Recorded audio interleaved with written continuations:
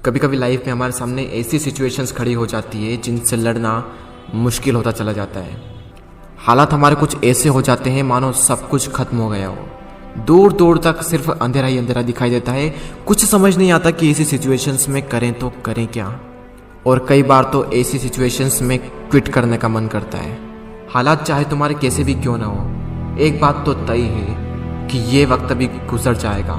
चाहे अच्छा वक्त हो या फिर बुरा वक्त गुजर जाएगा। लेकिन एक बात हमेशा याद रखना कि जिंदगी में कुछ भी कर गुजरने की अपॉर्चुनिटीज सिर्फ इसी वक्त में मिलती है, अगर उस सिचुएशन में क्विट ना किया जाए तो। क्योंकि विनर्स जो होते हैं वो कभी भी क्विट नहीं करते, और जो क्विट करते हैं वो कभी भी विनर्स नहीं बनते।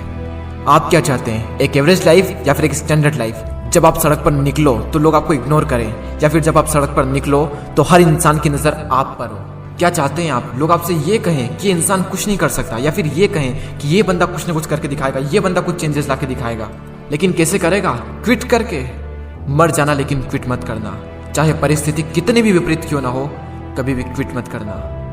आपका समय आज बुरा है, कल और बुरा होगा, लेकिन परसों आपकी जीत होगी। लेकिन सिर्फ शर्त इतनी सी है कि आप उस सिचुएशन में टिके रहो और क्विट ना करो।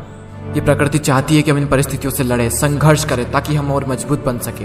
क्योंकि ये परिस्थितियां आती है हमें मजबूत बनाने के लिए, ना कि हमें कमजोर बनाने के लिए। ये प्रकृति चाहती है कि आप और कामयाब बने, इसलिए आपके साथ कुछ न कुछ बुरा होता रहता है। और ना सिर्फ आपके साथ, बल्कि इस दुनिया में मौजूद हर इंसान के साथ हर समय कुछ न कुछ बुरा होता रहता है।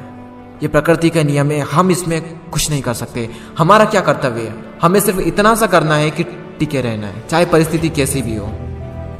मैं आपको एक छोटी सी कहानी बताता हूँ। एक बार एक बायोलॉजी के टीचर अपने स्टूडेंट्स को एक तितली के बारे में बता रहे थे, और उन्हें वे ये प्रैक्टिकली दिखा रहे थे कि खोल में से तितली कैसे निकलती है। और वो टीचर ये कहकर चले गए कि कोई भी स्टूडेंट्स उस तितली की मदद नहीं करेगा।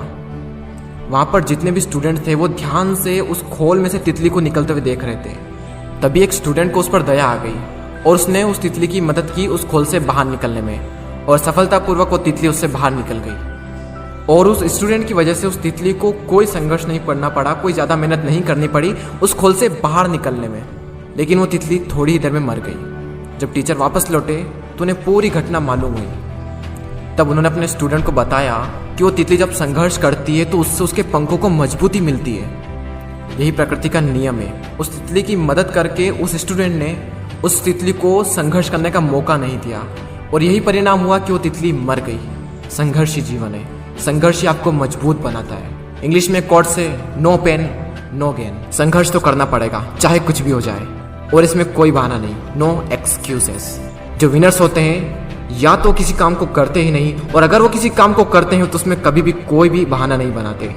और जो लूजर्स होते हैं वो किसी भी काम को करेंगे तो हर किसी में बहाना बना देंगे। अगर वो चाहें तो बहाना बनाने पर पूरी एक बुक लिख सकते हैं। मेरी तो किस्मत ही खराब है, मेरे साथ ही ऐसा क्यों होता है, मेरी एज बहुत कम है, मेरी हाइट बहुत कम है, मैं काला हूँ, मैं सुंदर नहीं हूँ, लोग मुझे पसंद नहीं करते, मैं ज़्यादा पढ़ा लिखा नहीं हूँ, मेरे पास टाइम नहीं है, मेरी आवाज़ अच्छी नहीं है, मेरे पास ये नहीं, मेरे पास वो नहीं है, काश ऐसा होता, काश वैसा होता। देखो जो जैसा है वो वैसा है। ना तो आज तक कुछ बदला है और ना ही कभी कुछ बदलने वाला है, तब तक जब तक कि आप अपने आप को नहीं बदल लेते। जब भी अंदर से ऐसी फीलिंग्स आए, जब भी बहाना बनाने का मन करे, अपने आप से जोर से चीख के चिल्ला के अपने आप से कहें नो एक्सक्यूजेस। कोई बहाना नहीं। जहां पर भी आप काम करते हैं, जहां पर भी आप पढ़ाई करते हैं, जो भी आपका वर्क प्लेस है, वहां पर कागज पर लिखकर चिपका दें नो एक्सक्यूजेस। कोई बहाना नहीं। मैंने भी अपने वर्क प्लेस पर ये लिख रखा है नो एक्सक्यूजेस, और आज से आप भी कसम खा लें कि कभी भी जिंदगी में बहाना नहीं बनाएंगे। आज आप लोग भी कमेंट में लिख कर जाएं नो एक्सक्यूजेस, ताकि मुझे पता चले कि कितने लोगों ने इस वीडियो को पूरा देखा। मैं आपसे मिलूंगा अगले वीडियो में। जय हिंद।